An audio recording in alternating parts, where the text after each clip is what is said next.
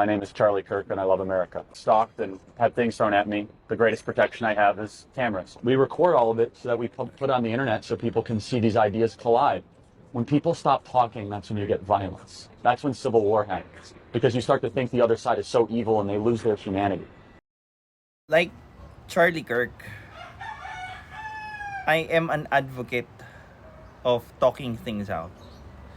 Because when you talk things out, that's where you try to understand, really understand the person or the idea behind the person so that you could connect to that person and figure out a way wherein you could move forward together.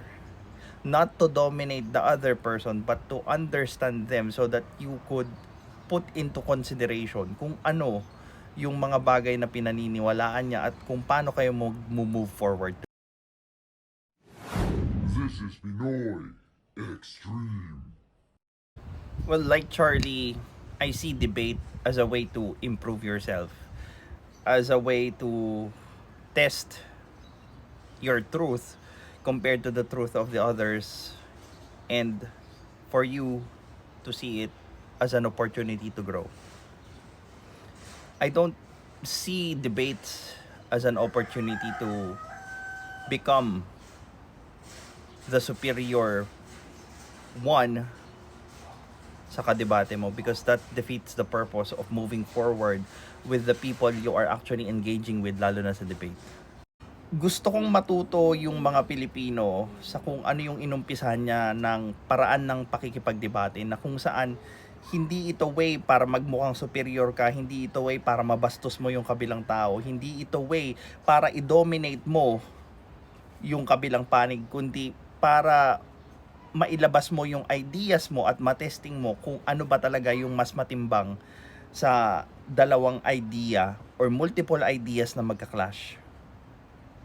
Hindi siya natatakot pumunta sa isang hostile territory na kung saan alam niyang posible lang siyang ma-ridicule, mabash, at mapunta sa isang kondisyon na kung saan very unfair yung treatment sa kanya.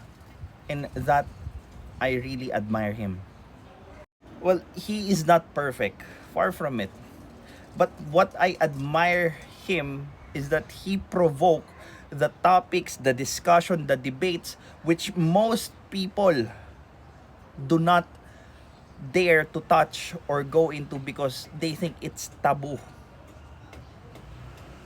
He is on the front line of those kinds of talks, and he pioneered those fearless debates, those college campuses debates na kung saan china-challenge niya or naging malaking impact siya sa minds ng mga younger generations ngayon. His arguments are far from perfect.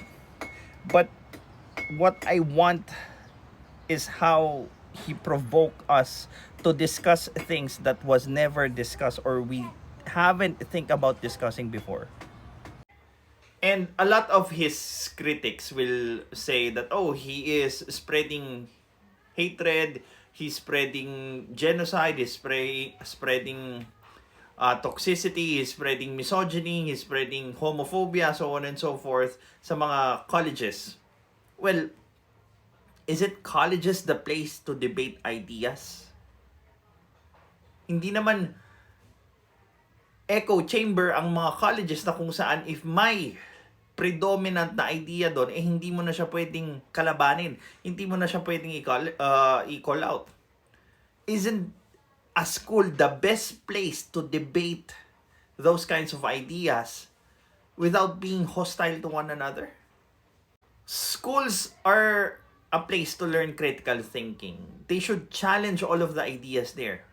No idea is going to be sacred and is immune to criticism, and that's what he brought to those schools.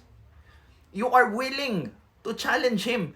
Heck, have you seen those people who are challenging him when most of the time they insult him and then he just sits there and smile? Now, his death reminds us that voices can be silenced, but ideas will live forever.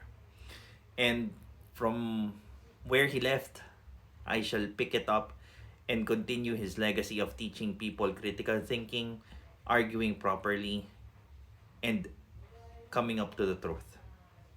Well, this is Pinoy Extreme. Have a good day.